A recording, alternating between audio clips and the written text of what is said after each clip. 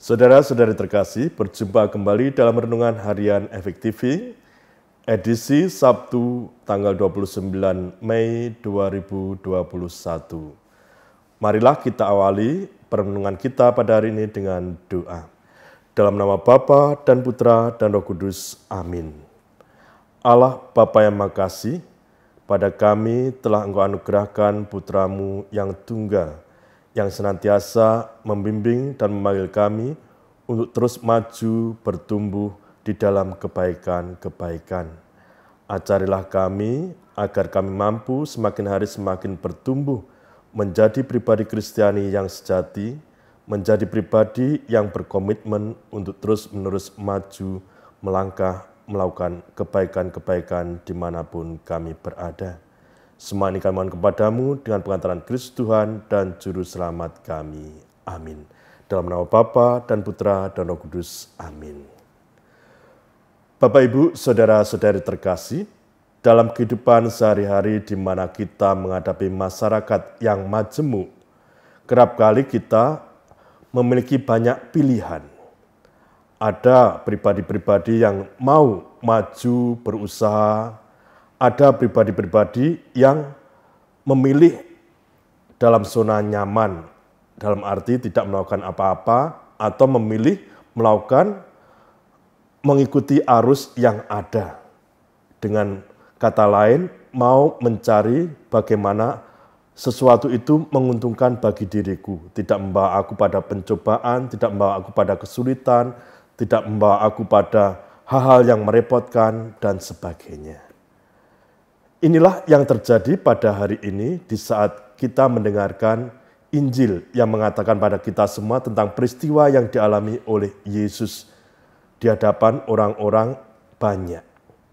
Ketika Yesus mengusir para pedagang dari Bait Allah, banyak orang yang bertanya kepadanya, "Kuasa dari manakah sehingga kamu bisa melakukan itu semua?" Ketika Yesus mengatakan, baptisan Yohanes itu dari mana? Dari surga atau dari manusia? Menghadapi pertanyaan Yesus ini, mereka bingung. Kalau kata-katakan dari manusia, mereka takut. Orang banyak yang menganggap Yohanes itu nabi. Kalau dikatakan dari surga, mereka juga tidak percaya kepada Yohanes. Akhirnya mereka memilih bermain aman saja dengan mengatakan kami tidak tahu.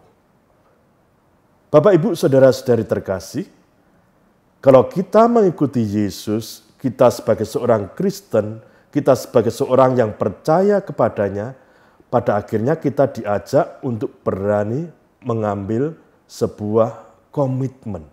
Dan tentu komitmen ini menanggung atau menuntut dari kita sebuah keberanian untuk mengambil resiko yang terjadi.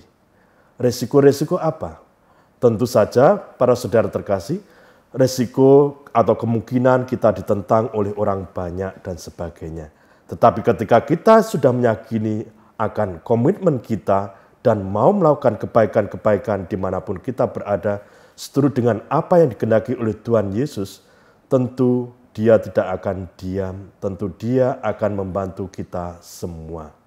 Melakukan komitmen hidup, berbuat baik senantiasa adalah panggilan hidup kita. Karena itu, mari para saudara terkasih, kita panjatkan doa-doa kita agar kita bertumbuh kembang dalam komitmen kita dan senantiasa setiap saat, setiap waktu berani melakukan kebaikan-kebaikan. Tuhan membimbing dan berkati kita semua. Amin.